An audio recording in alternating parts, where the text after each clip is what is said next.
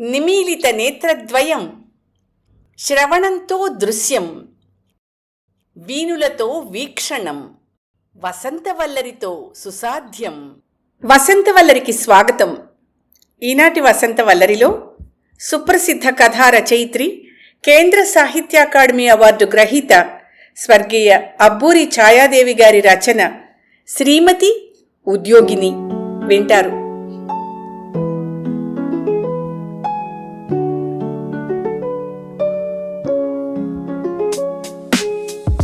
ఆదివారం పూట పనులన్నీ పూర్తయ్యేసరికి 11 అయింది. గదిలో కూర్చుంటే చలేస్తుందని వరండాలో ఎండపడుతున్న వైపు పడక్కుర్చీ వేసుకుని పేపర్ చదువుకుందామని కాస్త అలా నడుం వాల్చానో లేదో బెల్లు కొట్టారు ఎవరో వాకిట్లో. ఏ పేపర్ వాడో బిల్లు తీసుకొచ్చుంటాడు, లేకపోతే కోకోకోలా కొట్టువాడు సీసాలు వాపస్ తీసుకుపోవడానికి వచ్చుంటాడు అనుకుంటూ బద్ధకంగా లేచి వెళ్ళా తలుపు తీయడానికి. ఎదురుగా ఏదో కొత్త ముఖం కనిపించింది. దరిదాపు 25 ఏళ్లుంటాయి. చదువుకున్న అమ్మాయిలా ఉంది. ఒక చేతిలో ఫైలు, మరో చేతిలో లెదర్ బ్యాగు ఉన్నాయి. ఏదన్నా అడ్వర్టైజ్మెంట్ బాపతేమో.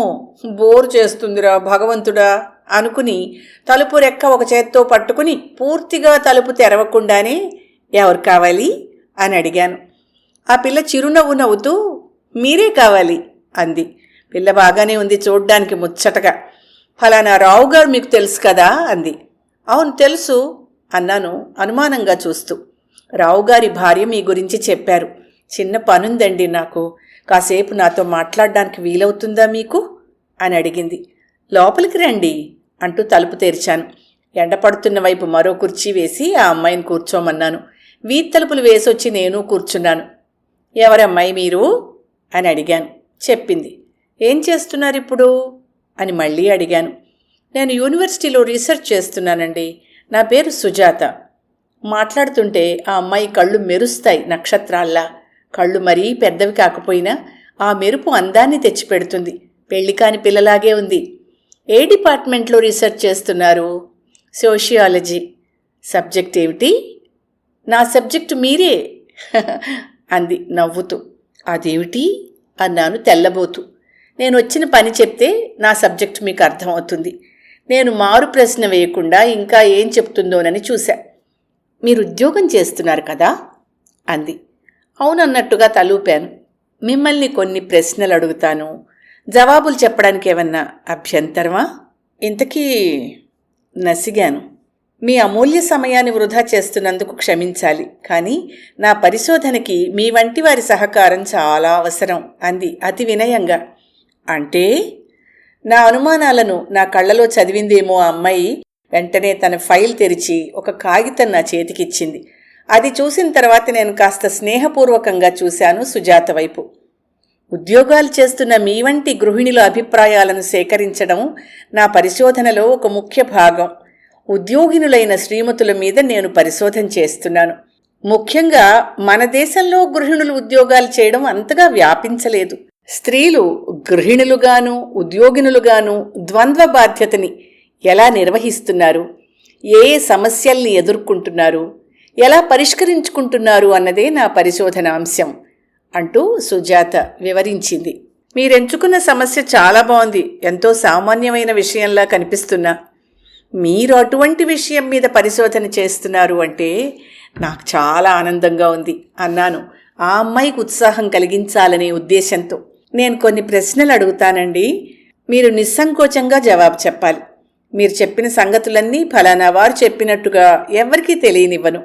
కేవలం ఒక శ్రీమతి ఉద్యోగిని అభిప్రాయాలు, అనుభవాలుగా మాత్రమే వాడుకుంటాను. అంచేత మీరు మొహమాట పడకుండా మీ మనసులో ఉన్నదున్నట్టు చెప్పండి అంది సుజాత. నేను గొంతు సవరించుకున్నాను రెడీ అన్నట్టు. ఇంతలో లోపల నుంచి ఏమే అని ఆయన పిలుపు వినిపించింది. ఇప్పుడే వస్తానుండండి అన్నాను సుజాతతో. నేను లోపలికి వెళ్ళగానే ఎవరితో మాట్లాడుతున్నావు ఇంతసేపు అన్నారు మంచం మీద పడుకుని. చెప్పా సంగతంతా. ఎవరో ఏమిటో, ఎందుకు వచ్చిన గొడవ, ఏదో సాకు చెప్పి పంపించేయకపోయావు అన్నారు విసుక్కుంటూ. ఆ అమ్మాయి చాలా మర్యాదస్తురాల్లాగే ఉందండి. పైగా రాఘవరావు గారి భార్య పంపించింది, కాదని ఎలా అన్ను? పోనీ మీరొచ్చి కలుసుకోకూడదు, మీకే తెలుస్తుంది అన్నా. చాచా ఎవరో ఏమిటో, మన సంసారం గుట్టంతా లాగి రేపొద్దున ఏదైనా జరిగిందంటే హబ్బబ్బబ్బా, ఏమిటండి మీ అనుమానాలు? మీరును వచ్చి చూడరాదు ఆ పిల్లని? పైగా వాళ్ళ ప్రొఫెసర్ రాసిన ఉత్తరం చూపించింది కూడాను. నేను చదువుకున్నదాన్ని, ఉద్యోగం చేస్తున్నదాన్ని, నాకు మాత్రం విచక్షణా జ్ఞానం లేదంటారేమిటి? సర్లే, తొందరగా పంపించేట్టు చూడు, నాకు నిద్ర రావడం లేదు అన్నారు మంచం మీద ముడుచుకొని పడుకుంటూ.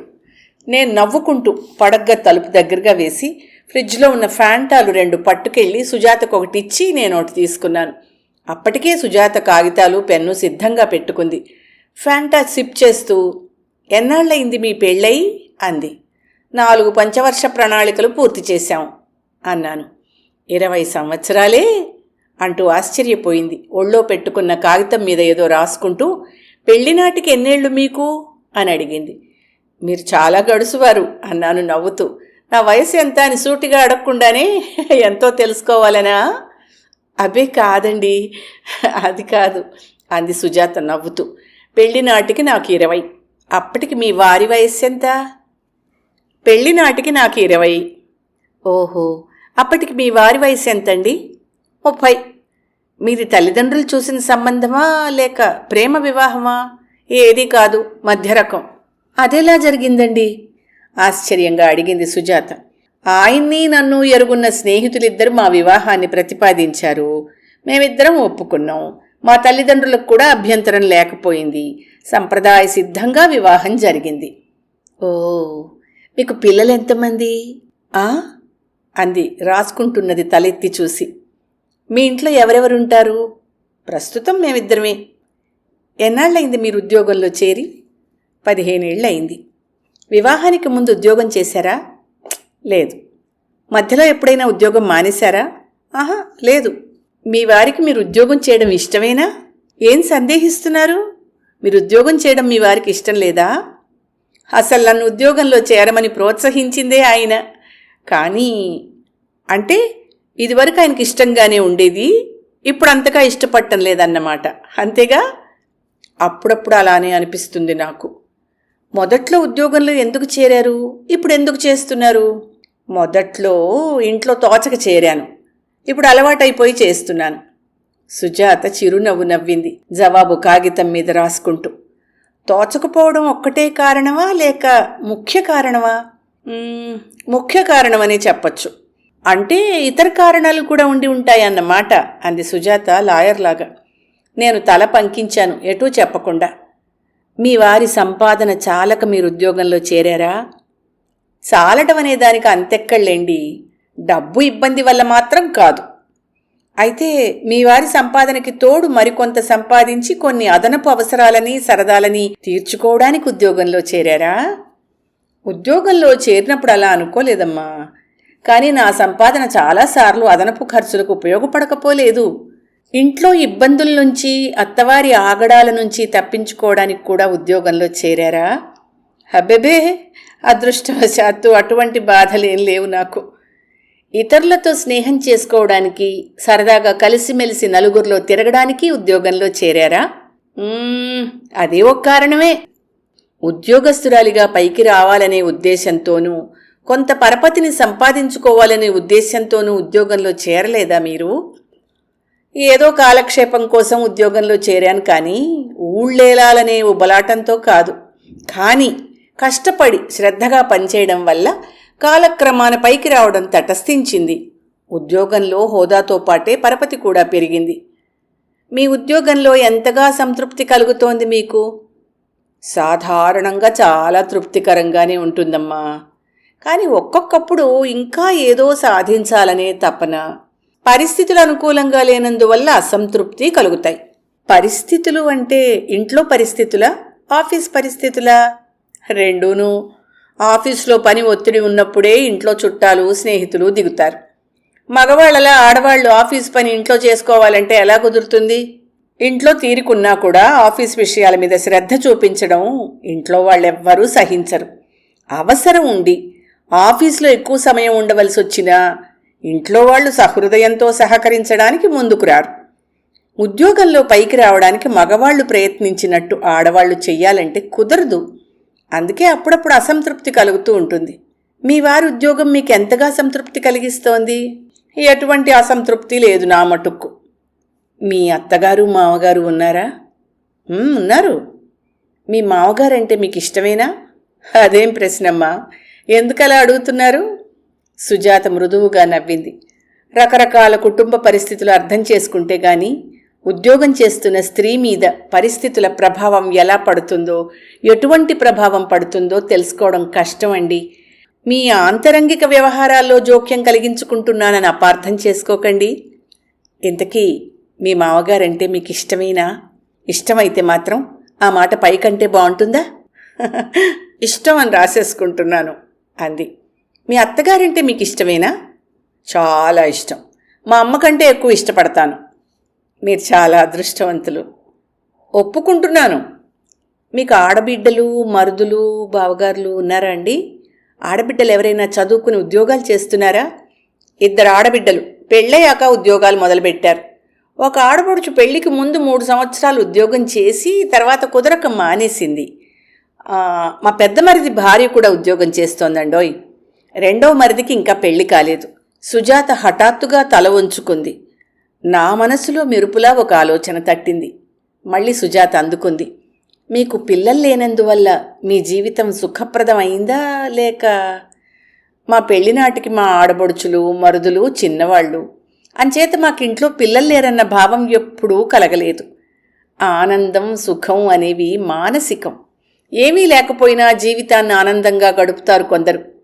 అన్ని సుఖాలు ఉండి కొంతమంది అసంతృప్తితో బాధపడతారు. అంచేత పిల్లలున్నారా లేదా అన్నది ముఖ్య ప్రశ్న కాదు. ఇంతకీ నేనేమని రాసుకోను? సుఖప్రదం అయిందనా లేదనా? తికమక పడుతూ అడిగింది సుజాత. నన్ను చూస్తే ఎలా అనిపిస్తోంది మీకు? మీరు సుఖంగానే ఉన్నట్టున్నారు. నిజంగానా? అలాగే రాసుకోండి. తీరిక సమయాల్లో మీరిద్దరూ ఇంట్లో ఉండాలని కోరుకుంటారా, లేక బయటికెళ్లాలని కోరుకుంటారా, లేక రెండూనా? లేకపోతే మీ వారు ఒక విధంగాను మీరొక విధంగాను అనుకుంటారా? ఇది చాలా చిక్కు ప్రశ్న అమ్మాయి అన్నాను. నవ్వింది సుజాత. పూర్తిగా వికసించిన కలువ పువ్వు నా మనస్సులో మెదిలింది. చిక్కు విడదీసి చెప్పండి అంది. ఈ ఒక్క విషయంలోనే మా ఇద్దరికీ చీటికి మాటికి వాగ్వివాదం జరుగుతూ ఉంటుంది. మా వారికేమో విండో షాపింగ్ అంటే ఇష్టం, నాకు షాపింగ్ అంటే సరదా. ఏదన్నా అవసరమై కొనాలనుకున్నప్పుడు తప్ప అనవసరంగా బజార్లో నడిచి నా కాళ్ళకి కళ్ళకి శ్రమ కలిగించుకోవడం నాకు నచ్చదు. నాకు సెలవు పూట ఏ సినిమాకో నాటకానికో వెళ్లాలనుంటుంది.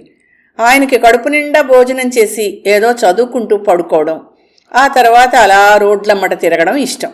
ఇద్దరం కలిసి ఒకవేళ ఎవరైనా స్నేహితులింటికి వెళ్లాలనుకుని సమాధానానికి వచ్చినా ఎవరింటికి వెళ్లాలన్న విషయం మీద తర్జన భర్జన జరిగి చివరికి ఎక్కడికి వెళ్లకుండా ఆయనో పుస్తకం నేనో పుస్తకం తీసుకుని కాలక్షేపం చేస్తాం. మీ ఇద్దరికీ కలిసి ఇతర వ్యాపకాలు ఏమైనా ఉన్నాయా అండి? కలిసేవేమీ లేవు, ఒక్క సాహిత్య రచన తప్ప. కానీ నేను కథలు రాస్తాను, ఆయన కవిత్వం రాస్తారు. మీ వారితో మీరు అన్ని కష్టసుఖాలు చెప్పుకుంటారా? చెప్పుకుంటాను. కానీ వింటూ వింటూ మధ్యలో కస్సుమంటూ లేస్తారు. అలా ఎందుకు చేసావు, ఇలా ఎందుకు మాట్లాడావు అంటూ.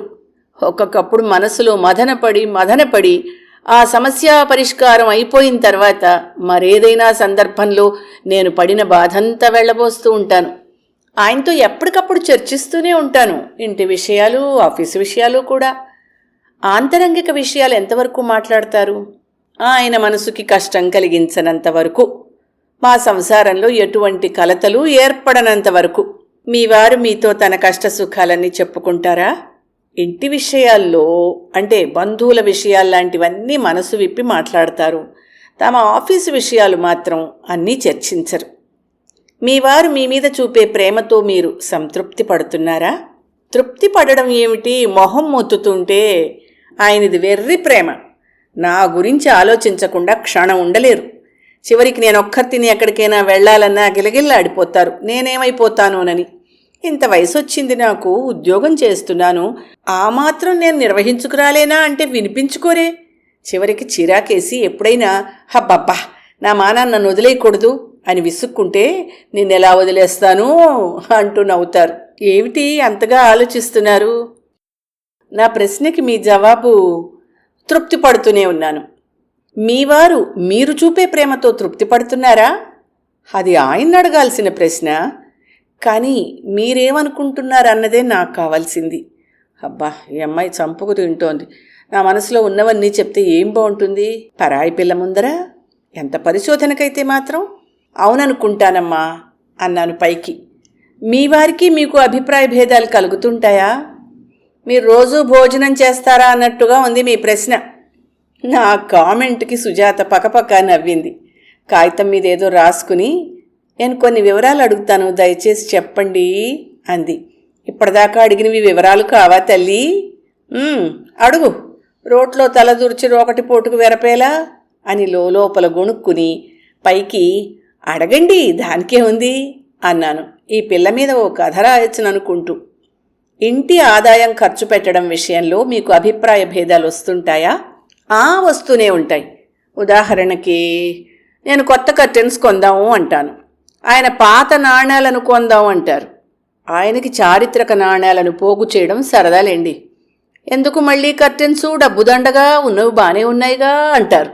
సరదాల విషయంలో అయ్యో రామ, ఆయనకు ఒక్క సరదా లేదండి. సినిమా సరదా లేదు, పిక్నిక్ సరదా లేదు, షాపింగ్ సరదా లేదు, పార్టీల సరదా లేదు, పేకాట సరదా లేదు. పూజా పునస్కారాల విషయంలో ఆయనకి పూజలు పేరంటాలు అంటే గిట్టవు. పెళ్ళైన కొత్తలో శ్రావణ మాసం నోవు నోచుకోవాలని ఎంత సరదా పడ్డానో. చీచి, చదువుకున్నదానివి ఆ నోవులేమిటి అని కసిరిపారేశారు. సంక్రాంతికి బొమ్మలు పెట్టడం నాకు సరదా. చిన్నప్పుడు చదువు పాడవుతుందని మా నాన్నగారు బొమ్మలు పెట్టనిచ్చేవారు కాదు. పెళ్ళయ్యాక మా వారు, ఇంకా చిన్నపిల్లలాగా బొమ్మలు పెట్టుకోవడం ఏమిటి చీ అంటూ చీదరించుకున్నారు. వరలక్ష్మి వ్రతం చేసుకుంటానండి అంటే సిల్లిగా కొబ్బరికాయకి ముక్కు చెవులు పెట్టడం ఏమిటి?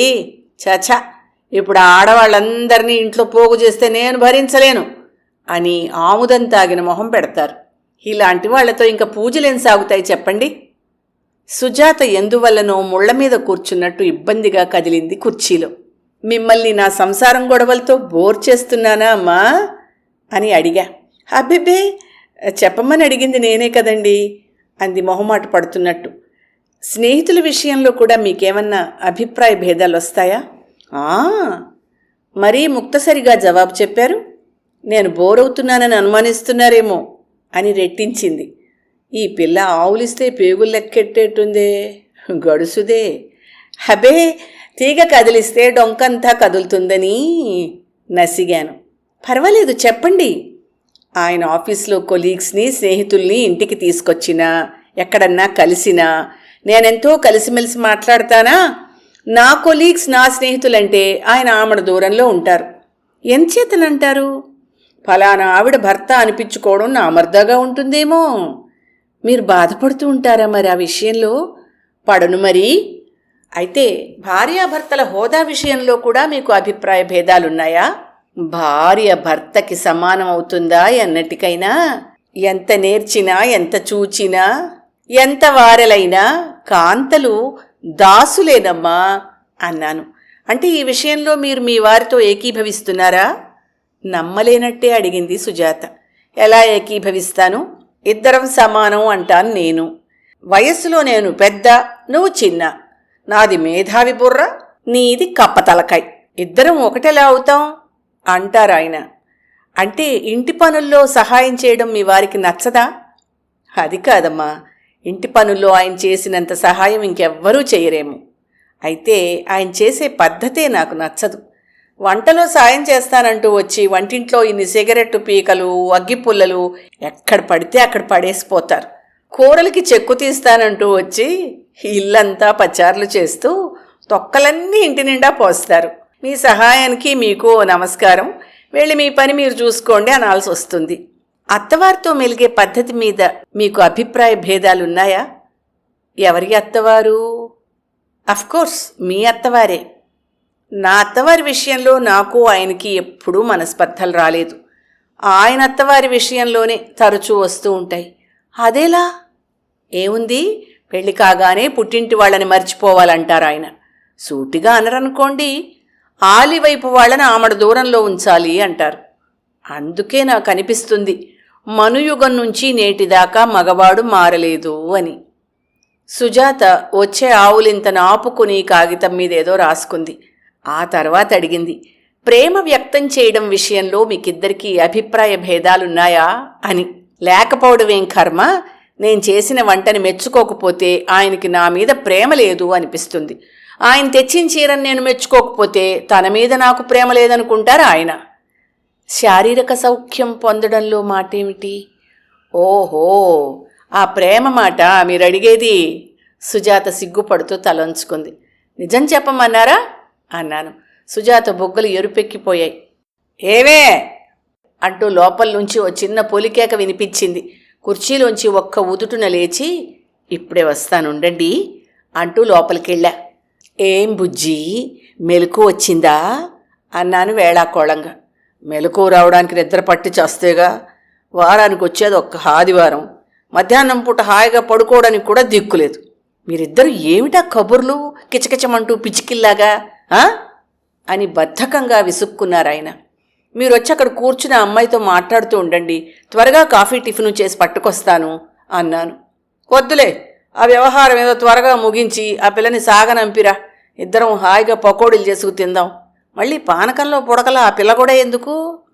ఆ అమ్మాయి బావుందండి, మన శ్రీనివాస్కి మాట్లాడదామేమిటి అన్నాను, ఆయన ఎలాగైనా రంగంలోకి దింపుదామని. నీకు మతిపోయింది, లేడికి లేచిందే ప్రయాణం అన్నట్టు అంటూ నా మాట వినిపించుకోకుండా ఏదో పత్రిక తీసుకుని మళ్ళీ మంచం మీద వాలేరు. లాభం లేదని నేను వరండాలోకి వెళ్ళాను. ఏమండి, మీ వారు మిమ్మల్ని ఏవే అని పిలుస్తారా అని అడిగింది సుజాత ఆశ్చర్యంగా. అవును అన్నాను. మీరు చదువుకున్నవారు, ఉద్యోగం చేస్తున్నవారు ఏమే అని పిలిస్తే ఎలా ఊరుకుంటున్నారండి? పెళ్లి కాకముందే నేను కూడా మీకు మళ్ళీ స్త్రీల హక్కుల గురించి తీవ్రంగా ఆలోచించేదాన్ని. నన్ను పెళ్లి చేసుకున్న అతను ఏమే అంటే నేను అతన్ని ఒరే అంటానని బింకంగా చెప్తూ ఉండేదాన్ని. తీరా పెళ్ళైన మర్నాడు నన్ను ఆయన ఏమే అని సంబోధించినప్పుడు నిర్ఘాంతపోవడం మినహా ఏమీ చేయలేకపోయాను. పైగా ఎన్నో యుగాల నుంచి నన్ను ఆయన అదే విధంగా పిలుస్తున్నట్టు, ఏదో ఆప్యాయత ధ్వనించినట్టు అనుభూతి కలిగింది నాకు. కాకపోయినా ఏమో అని మగవాణ్ణి పిలిచినట్టు కాకుండా ఏమే అని పిలవడమే నయం. పేరు పెట్టి పిలవడం ఫ్యాషన్ కదండి అంది సుజాత. ఎవరో పరాయి వాళ్ళు పిలిచినట్టు పేరు పెట్టి పిలవడం ఏమిటి అంటారు ఆయన. అలా అయితే ఏదన్నా ముద్దు పేరు పెట్టి పిలవచ్చు కదా అని వాదించింది ఆ అమ్మాయి. ముద్దుగా పిలవడం ముఖ్యంగాని పేర్లో ఏముంది సుజాత అన్నాను. ఆ అమ్మాయి మరేమీ మాట్లాడలేదు. ఇంతకీ మీరు అడిగిన ప్రశ్నకి నేను ఇంకా సమాధానం చెప్పలేదు కదూ అన్నాను నేనే. అవునవును అంటూ తాను అడిగిన ప్రశ్న కోసం కాగితం పట్టుకుని చూసింది. ఈ విషయంలో మీకేమీ అభిప్రాయ భేదాలు లేవనుకుంటాను అంది. నేను విపులంగా ఎక్కడ చెప్తానోనని సిగ్గుతో ముడుచుకుపోతున్నట్టుగా కనిపించింది. నా సోదంతా వినిపించి ఆమెను ఇబ్బంది పెట్టడం ఎందుకనిపించింది.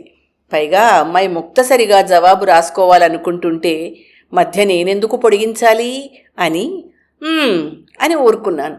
మీకిద్దరికీ దెబ్బలాటొచ్చినప్పుడు ఇద్దరూ కొంత తగ్గి సమాధానానికి వస్తారా, లేక మీరొక్కరే తగ్గుతారా, లేక మీ వారు తగ్గుతారా, లేకపోతే మీరిద్దరూ మొండిగా ఎవరి పంతం వాళ్ళు నెగ్గాలని ఎడమొహం పెడమొహం పెట్టుకుంటారా?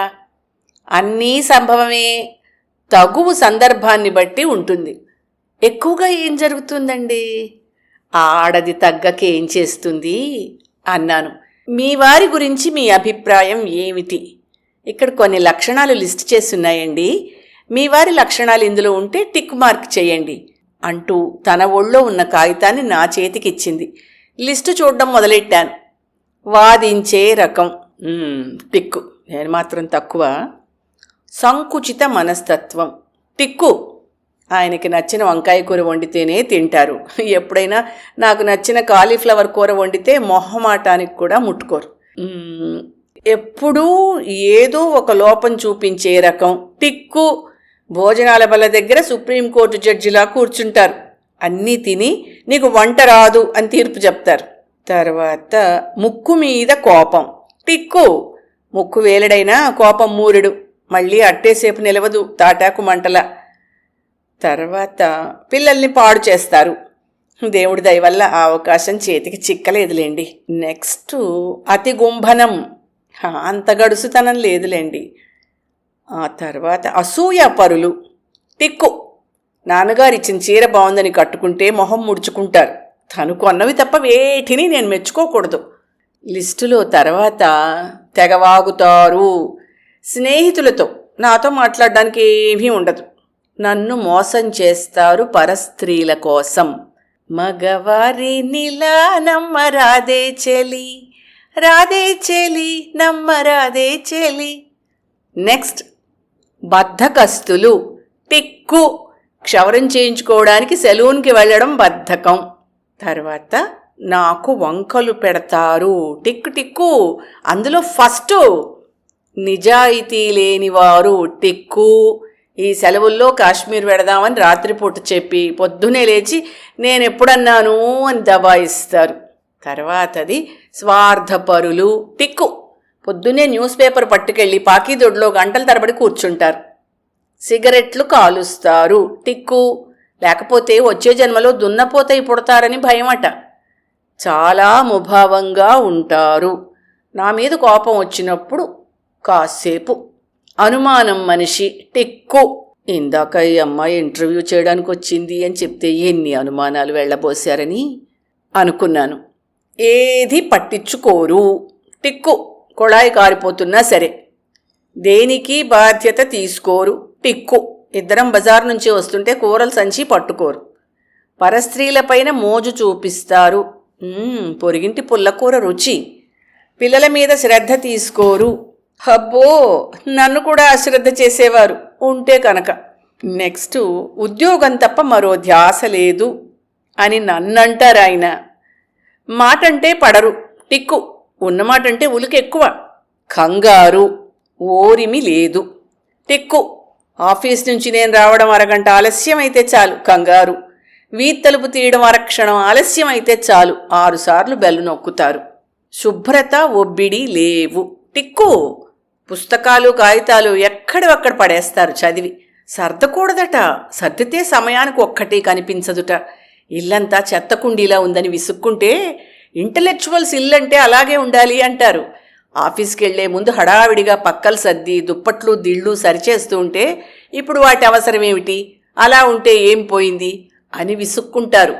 ఎవరన్నా చూస్తే ఏం బాగుంటుంది అంటే అసలు ఎవరికన్నా మన పడక గదిలోకి రావలసిన అవసరం ఏమిటి అని వితండవాదన మొదలు పెడతారు. జూదం ఆడతారు. ఈయనకు సరిగ్గా పేకాట ఆడడమే రాదు. ఇల్లు వాకిలి పట్టించుకోరు.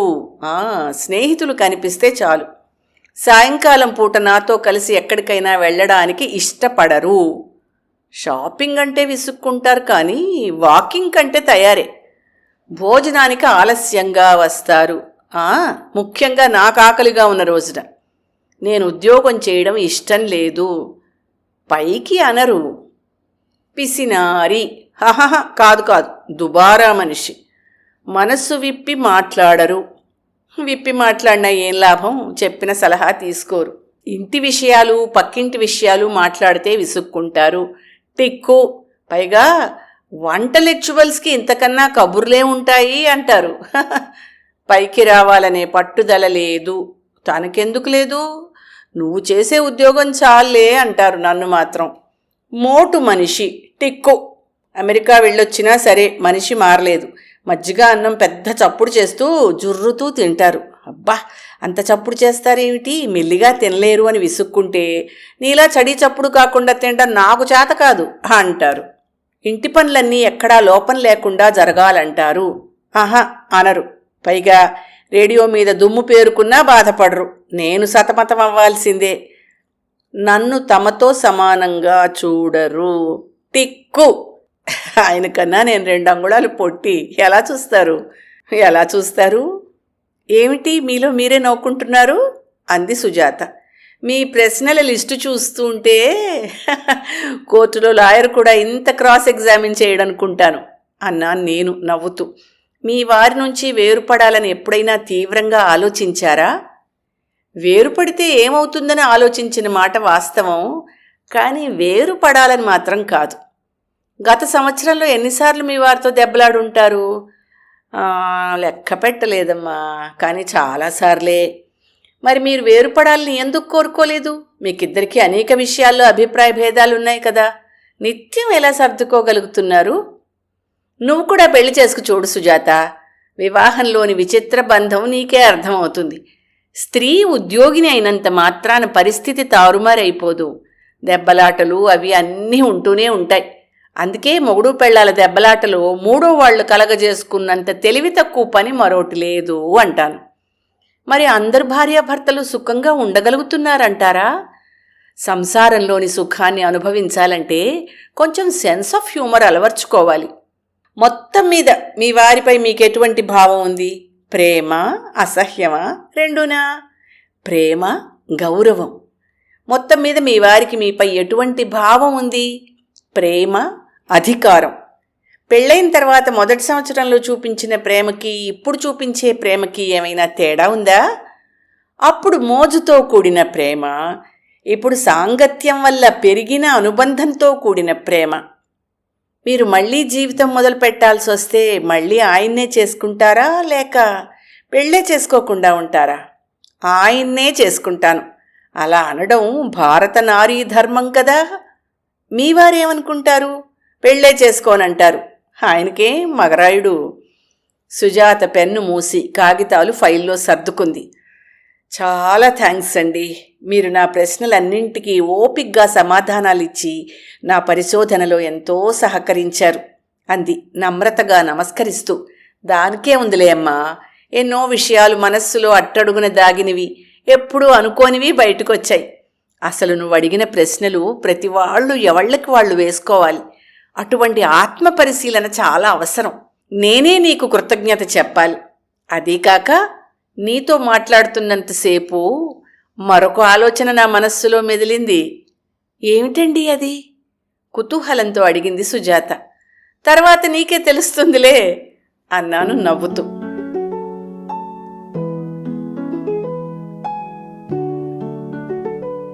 వసంతవల్లరిలో సుప్రసిద్ధ కథా రచయిత్రి, కేంద్ర సాహిత్య అకాడమీ అవార్డు గ్రహీత స్వర్గీయ అప్పూరి ఛాయాదేవి గారు రచించిన కథ శ్రీమతి ఉద్యోగిని విన్నారు. ఈ కథ 1975 ఫిబ్రవరి 5 నాటి ఆంధ్రప్రభ సచిత్ర వారపత్రికలో ప్రచురితమైంది.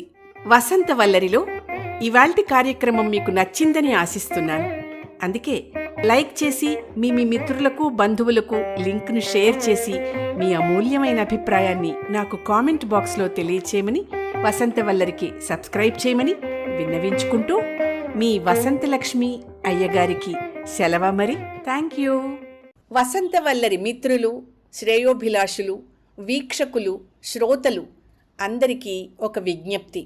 గతంలో లాగానే ఎప్పటికప్పుడు నా కథలను విని స్పందన తెలియచేయమని కోరుతూ, నేను చదివిన కథ మీకు బాగా నచ్చినట్టయితే తప్పకుండా హైప్ ఆప్షన్ నొక్కి నన్ను ప్రోత్సహిస్తారు కదూ.